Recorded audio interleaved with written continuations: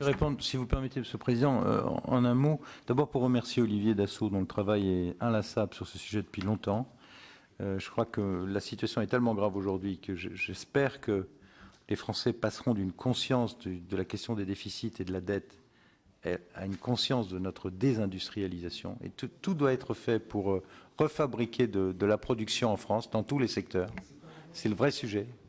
Sur le G20. Puis ensuite, Monsieur Emmanueli, vous me direz pourquoi c'est pas vrai. Malheureusement. Après, on le fera après. Non, parce que je vous entends et franchement, pour moi, c'est le sujet numéro un. Ok. Sur le G20, nous avons organisé à l'initiative de la présidence française une réunion au niveau ministériel à Paris juste avant l'été, précisément parce qu'on voit bien que sur un certain nombre de contrats importants, la compétition se déplace sur le niveau du financement. Bien souvent, nous avons un certain nombre de grands émergents, d'ailleurs toujours les mêmes, qui arrivent non seulement avec la technologie, anciennement importée des anciens pays riches, puis redéveloppée localement, mais ils arrivent non seulement avec la technologie, une technologie équivalente, mais avec aussi le chèque. Avec le chèque. Ce qui évidemment est très difficile au niveau de la compétition. Tout à l'heure, M. Cahuzac s'inquiétait, et aussi M. Lévy, du niveau d'exposition de la France sur ces grands contrats.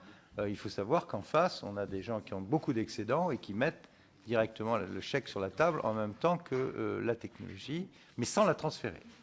Donc nous avons un travail ici de vérité avec les clients potentiels, qui bien souvent d'ailleurs se rendent compte que malgré l'attractivité de l'offre, ils n'ont pas la technologie. Nous travaillons sur des transferts, sur des mesures d'accompagnement qui essayent d'être aussi compétitives, à condition que les règles soient égales pour tous et qu'on n'ait pas des subventions d'État. Donc ce qui est intéressant, c'est que malgré les réticences de certains, un certain nombre d'émergents comme le Mexique, par exemple, partagent les positions de la France. Et donc si, comme je l'espère, j'espère que nous aurons satisfaction sur les langages de Cannes sur ce sujet, que ce langage deviendra contraignant.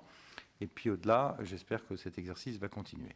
Sur Pacte PME, bon, c'est la suite du dispositif précédent. C'est cette fameuse charte que j'ai fait signer il y a 2 ou 3 mois, ça en mai, je crois. Malheureusement, pour l'instant, je n'ai que 13 entreprises. Et Dieu sait pourtant que la charte est libellée de façon qui est tout sauf combinatoire. Ce qu'on demande, c'est qu'à chaque fois qu'il y a un contrat à l'étranger, un grand groupe consulte sa sous-traitance, son écosystème, et que, en fonction naturellement de la qualité et des prix, eh bien, au moins on informe. Voilà.